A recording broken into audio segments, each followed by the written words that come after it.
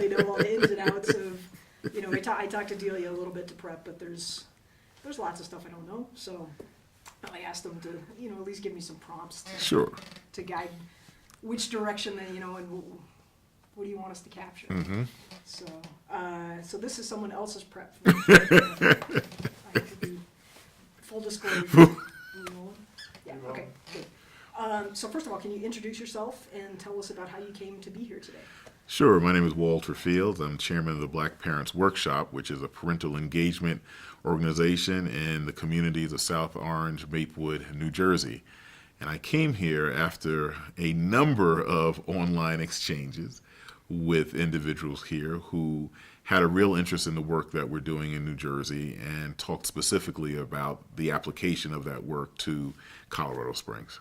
Okay, so did they say there was a particular reason why they found you and how they reached out to you? Or? I believe they found me through newspaper clippings. We're sort of, we have a little press archive and we have a very active website. And so I think that they were doing some monitoring and saw us and reached out to us. I'm glad they did. Have you done other work in Colorado Springs, or other work outside of New Jersey? Done work outside of New Jersey. We're talking to parents in Pennsylvania, North Carolina, and Maryland. So what we're trying to do is to figure out a way how to network across the country with organizations, existing organizations, that are working in the K-12 school systems. Okay, and what in particular are you trying to do in it's not just education and broad. I'm assuming you have a specific agenda or desire for the work you do in the school system. We're trying to empower particularly Black and Latino parents to be engaged advocates on behalf of their children in public schools. One of the difficulties that we realize is that parents are not active participants in the education of their children, which seems really weird. But we have a situation where many parents feel as though the educational system is off limits. Therefore, their children aren't necessarily getting the type of support they should receive in their schools. So what we try to do is to teach parents to be active advocates, to teach them school board policy, school building process and policy, and to make sure that throughout the educational process, the parents are engaged in their child's welfare. A little bit of a shadow. I'm trying to talk here.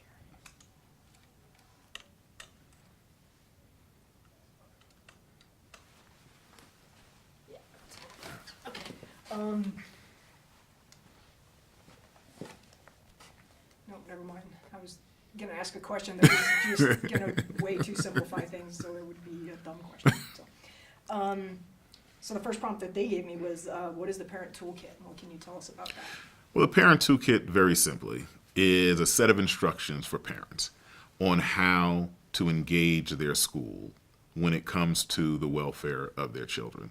Simple things like how to write a letter, like who you should contact, what questions you should be asking when you're meeting with a teacher or a school building administrator. The basic steps so that parents will feel comfortable when they go into a school building to have discussions about their child's academic progress. And these are things that would be even routine, not necessarily if something went wrong. Or if there was Absolutely an issue, routine. These are pro forma steps that you should take as a parent, right? But unfortunately, parents have busy lives, and many parents don't really understand the workings of a school building or a school district. So we try to aid parents, particularly when something goes wrong. But we also try to tell them to be proactive, be a proactive parent. You shouldn't wait until there's a problem to really develop a relationship with your child's school. And you mentioned that in particular you're aiming these toolkits at parents who are Latino or yes, African American, color, or in any context, or any underrepresented or underserved? Well, it's because they're disproportionately impacted. When you look at the data, when you look at the achievement gap in schools, for the most part, Black and Latino children are lagging behind their white peers. So what we're trying to do is to aid parents who can then support their children, and hopefully we can start closing that achievement gap. By starting not in the school, but starting at home. Starting at home. The most powerful unit is the family. And so what we try to do is to make sure that families are empowered so that they can support their children's aspirations. And so what we always do is we focus on the parent. The parent is the critical component. And honestly, they've been left out of the equation. We have situations where schools have been hostile to parents who want to be involved with their children. So we try to make sure that the parent knows their rights. They know how to engage a school, but they also understand that they have to be a participant for the long run, from K through 12. That you cannot expect to send your child out of the house in the morning and just assume that they're getting everything they should be getting from their school. So that's the what of the toolkit, and we touched a little bit on the why, but let me ask again, why? Why did you come to create this mechanism, or what led you to realize that this was the way that you needed to engage? Well, it's personal experience. My wife and I have a daughter. We only have one child, who, when she was a middle school student, she was going to be tracked into a lower level math course. And she was a gifted math student. She had scored advanced proficient in all of our statewide assessments from 4th grade through 8th grade, had an A in math, but the recommendation for 9th grade math was a lower level math. And we realized that there's something wrong when you don't meet the expectations of a child and of parents. And so, out of sheer frustration and anger, I created this organization because I felt if it happened to me, if it happened to our child, it's probably happening to other children. And we were right. Do you have any other experiences of other students that you worked with that also fed into that? I mean, oh, plenty. I mean, every year we've been dealing with students who unfortunately are being denied access to the most rigorous courses.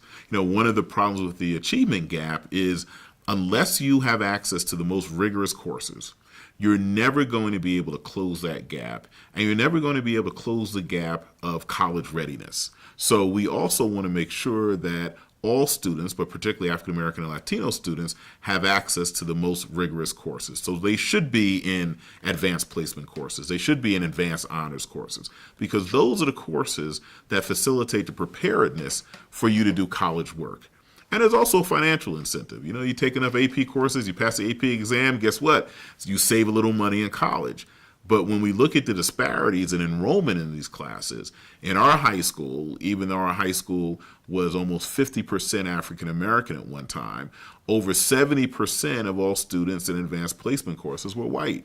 So you could walk into our school building and walk down the hallway and just look into a classroom, and you would know whether or not that's an advanced class, an honors class, or whether it's a remedial class just by the complexion of the students sitting in a classroom. And so that's what we're fighting against. We're simply saying that equity requires us to be very conscious about the disadvantages and the barriers we put in front of students.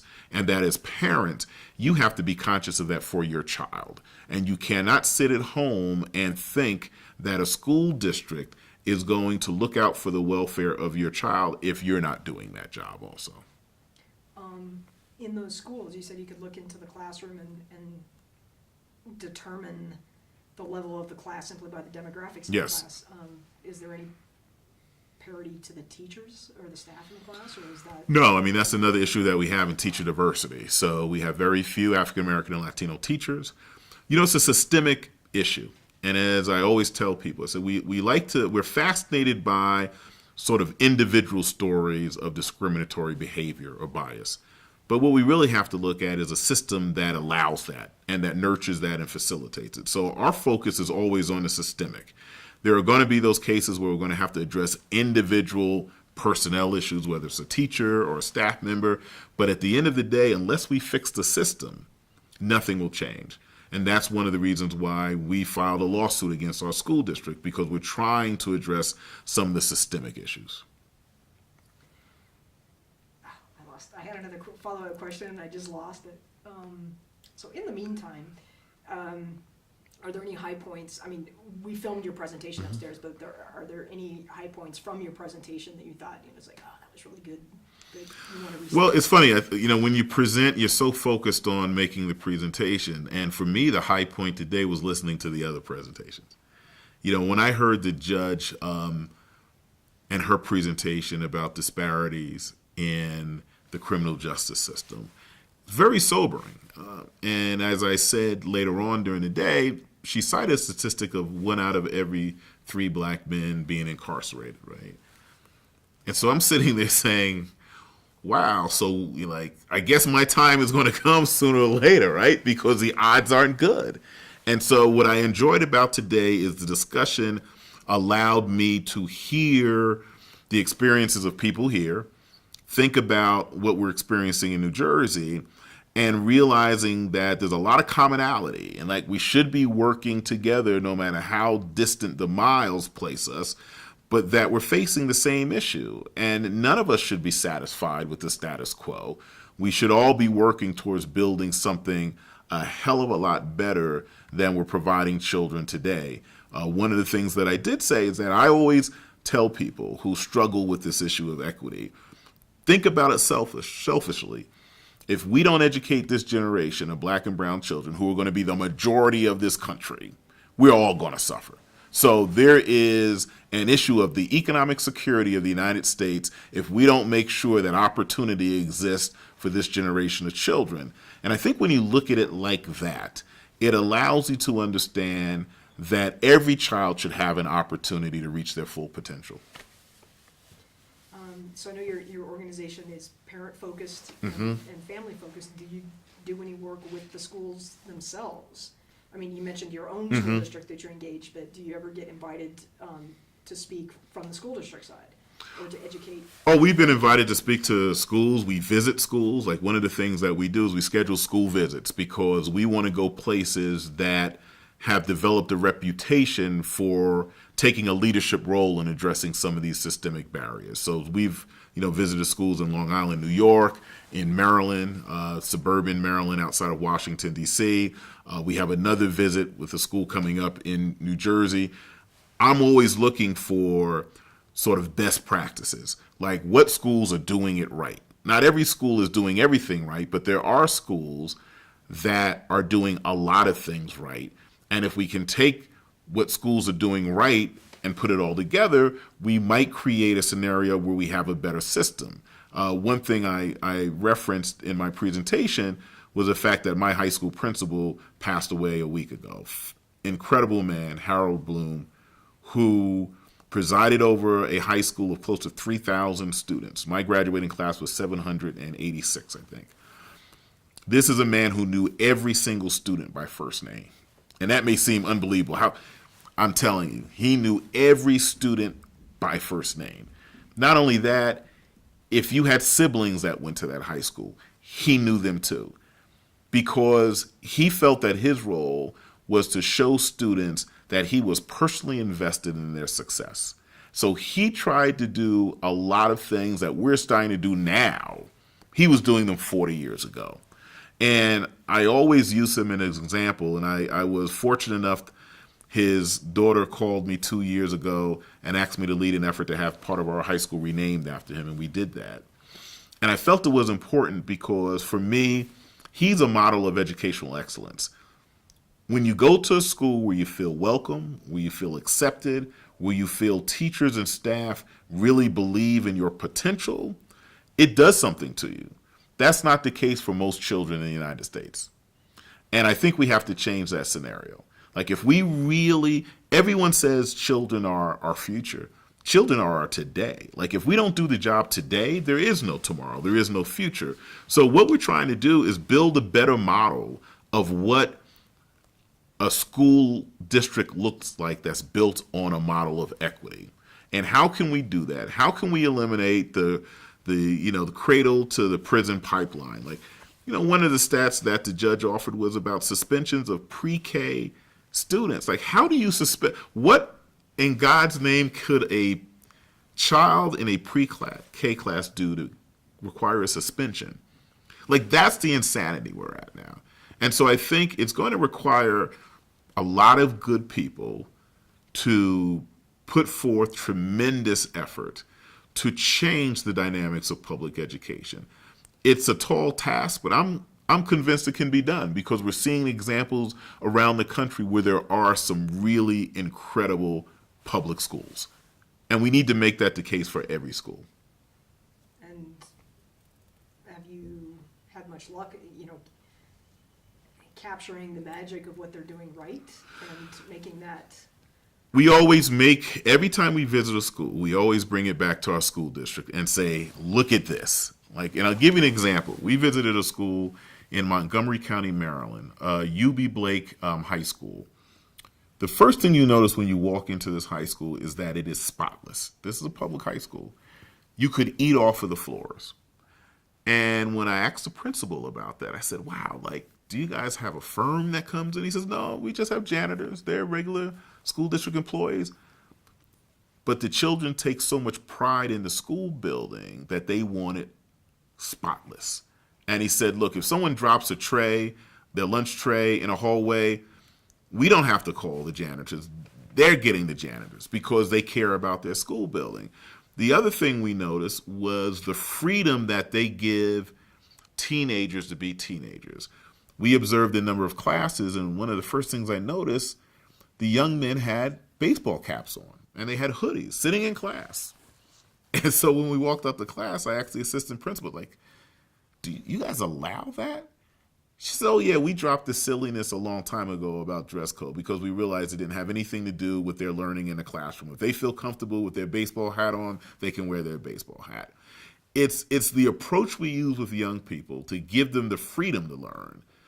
Too oftentimes we've created this very restrictive and oppressive environment in schools that completely is counterintuitive to the idea that you want a child to learn. And so what I always try to do when I visit these places is to bring these examples back so that people can see it's doable. Like, this isn't, we're not trying to go to the moon here. These are simple steps. How you treat a student, whether or not you have a human dress code, whether or not you give students the freedom to express themselves in their own building. This is supposed to be their school. So simple steps could mean a lot. The problem is we're too rooted in the status quo and too protective of the status quo, and that gets in the way of serving children. One of the little bit of the threads we were following with Victoria, I don't even remember how we got on it, was as you're talking about giving students freedom and things like that, I keep coming back to zero tolerance, which is like, that phrase to me always makes me, and I wonder about, buzzwords or phrases about zero tolerance, maximum penalties. And I'm wondering what you think about things, and I think it follows a little bit. Oh, absolutely. I mean, those are terms we've adopted from the criminal justice system, which should tell you something right there, right? We're using those terms in school buildings and applying them to students, when those are terms that were designed and meant for the criminal justice system. And what is zero tolerance? To me, zero tolerance is an unrealistic expectation for perfection from children. Like, if we can all remember when we were teenagers or middle school students, like, yeah, we want to believe that we were the perfect student, the angels. No, we weren't. Like, everyone got in some form of mischief, right? But now what we do is we penalize everything. So if a student doesn't conform to how we want them to conform, oh, well, that's a suspension or that's an expulsion. We need to take the reins off of our children and give them the opportunity to grow. What are we always hearing about the economy today? It's a knowledge economy. It's about critical thinking. It's about freedom of expression. Well, we'll never get there if we're training our children in these very restrictive ways. Most times when you let loose those tight controls, kids flourish. Because now it's all of a sudden, oh, now I can get to what I really want to get to. Before we came in, I was talking about how you could take a student in class who the teacher notices is spending a lot of time doodling on a piece of paper. Now, you can look at that in two ways. You can look at it in a punitive way as a teacher. Oh, I'm angry because they're not paying attention to the class lesson, or they didn't. Or you can look at it and say, wow, like, what creativity, like, what do we need to do to see where you can take that talent? Like, maybe you should really be looking at some art classes or some graphic design classes, and maybe we shouldn't be so much worried about whether or not you pass this Algebra 2 class, because maybe this isn't really you. That doodling is more you, but most times than not, the reaction is punitive. And that's how we kill the creativity in children. Because even thinking, there's lessons to be learned by messing up. And Absolutely. yeah, I mean, it's like what's the age-old adage, right? You learn from your mistakes. Failure is an important part of living. Like if you don't fail enough, you'll never find your way to success. I'm a huge basketball fan, and I was recently watching a clip from Kobe Bryant, former Los Angeles Laker. And he was talking about how every poor performance, he owned it. He said part of that failure, he said, I had to accept that because the only way I was going to get better. So he said, so I forced myself to look at all the game film where I didn't do well, where I made mistakes. And then he was referencing a member of Notre Dame's women's basketball team, and said she didn't want to see the film from a big game that they lost. And he said, no, you've got to watch that film. Like you've got to sit there and you've got to own up to those failures because that's the only way you're going to get better. You need to understand that it's all part of the process. You know, everyone wants to win, but you can't win until you fail. And unfortunately, that's not the message that most kids get. Most kids get the message in schools that failure is terminal. So if you make a mistake, if you get a C, God forbid a D, it's like life is over. No, the reason why you're in that building supposedly is to learn. Part of the learning process is resiliency, coming back from failure. And that's something that we do a horrible job with in public schools. Following up on, and we talk about, there's academic failures. Mm-hmm. And there's also one of the themes I've heard from this conference, maybe not in the room, but that's been coming up behind it, is the concept of restorative justice. Mm-hmm. That if you actually make a mistake that causes harm Mm-hmm. to yourself or others, that's also not. I mean, there's degrees, but it seems like we jump to the harshest penalty Right. immediately. Well, you would think that there should be a pathway to reconciliation, to figure out a way for young people if they make a mistake, to make amends for that mistake, right? To learn from the mistake, and to also help heal those that they have harmed, right? What we do is we pit that young person now. We pit the offender against the offended. And neither gets any value from that process. So part of restorative justice should be, it's about not only making the victim whole, but repairing the person who victimized. Because if we don't do that, then we are going to see repeat behavior. Like at some point, we have to have sort of a circuit breaker that breaks the circuit, right, of bad behavior. Very rarely is that circuit broken by punitive means. If that was the case, we wouldn't have any more need for prisons, right? Prisons aren't going out of business. Why? Because it's a bad model. And until we have a model that's more about restorative justice, we're always going to have these bad outcomes. So in the schools that you work with and in your own district, is that part of the process? I mean, you're doing parent focus, but is that? Oh, absolutely. One thing I will say, our school district has been trying to employ restorative justice practices because our statistics were awful in terms of racial disparities in discipline. But it's a tough thing when you have professionals who have been trained with a certain mindset about student behavior. And so their go-to position is punishment. Their go-to position isn't deeper inquiry into what's behind that behavior, right? How can we fix that? And how can we make sure it doesn't happen again? The go-to position is punish the student. That doesn't work anymore. And what's really strange about that approach, unlike when I was growing up, I think kids today are far more sophisticated and smarter than they've ever been. And so to take that approach with 21st century children, using a 19th century approach, who would do that? Would you do that in private industry? No, they would call you crazy. Like, this is 21st century. Like, why are you trying to have a manufacturing plant that looks like the 19th century? It's only public education that we believe that what worked 150 years ago will work today, and we get it completely wrong. Would you think that sometimes it's because punishment's perceived as not beneficial to the offender, but it's easier for the teacher, for the staff? Absolutely. To remove the problem. Punishment is easy.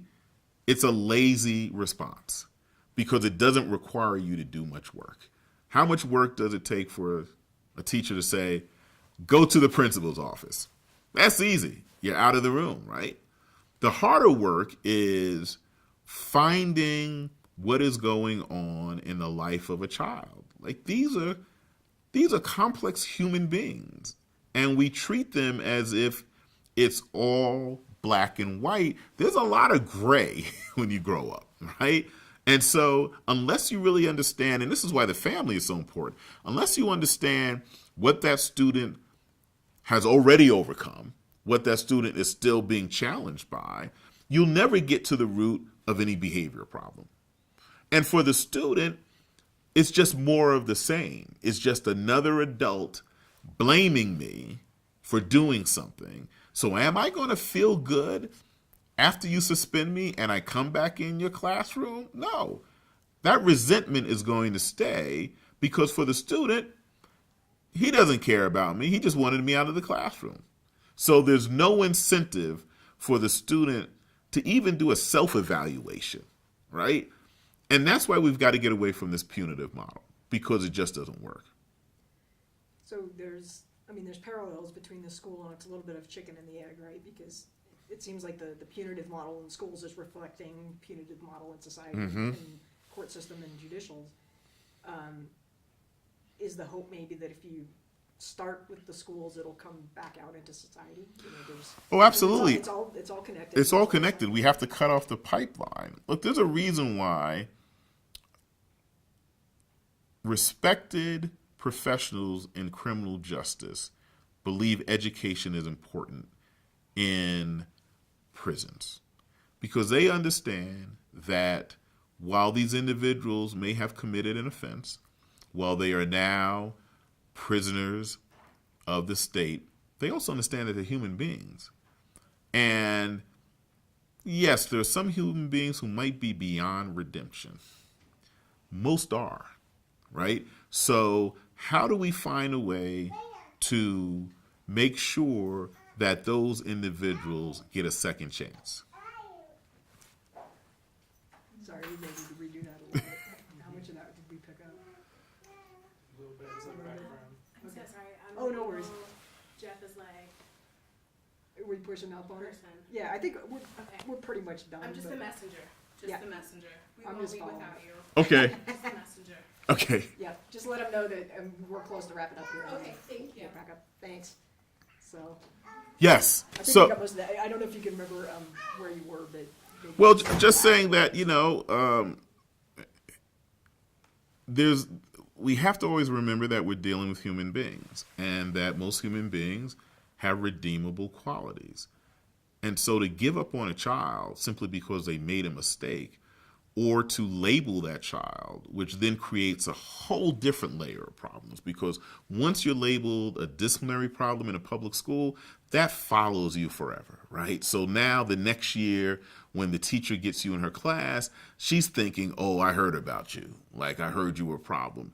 Instead of looking at and say, hey, I'm glad you're here. Like you had some problems last year, but that's last year. Like we've got a fresh start. Let's get going. That's why it's so important that we take a different approach to discipline in schools because it tends to track the student. It tends to set them up for life after high school, and it tends to put them on a track to interact with the criminal justice system at some point in their life. That's all. I mean, we hit the high points I think, that we've been trying to get. So I always want to open it up to you. Is there anything that I didn't ask you that you want to make sure that we capture? Or? No, I'm just happy to be here. It's so beautiful out here, like looking at the mountains. And I told someone, I said, yeah, we have mountains in New Jersey, but they're baby mountains, right? Driving in today, I was like, oh my God, that's like a real mountain. And so, I think the setting here today juxtaposed against the discussion is very telling. Like in such a beautiful community, right? We have to build a beautiful school system. We need to build something that fits the majesty and beauty of the natural surrounding, because it is absolutely incredible. Yep, I would agree. You two have any questions? No, I loved it. It just makes me like emotional, so I don't know. Emotional's good, but yeah, I mean, you got to hear his presentation upstairs. Is there anything you can think of that? No, it's We didn't touch incredible. Thank It you. really makes me like emotional. Yeah, yeah.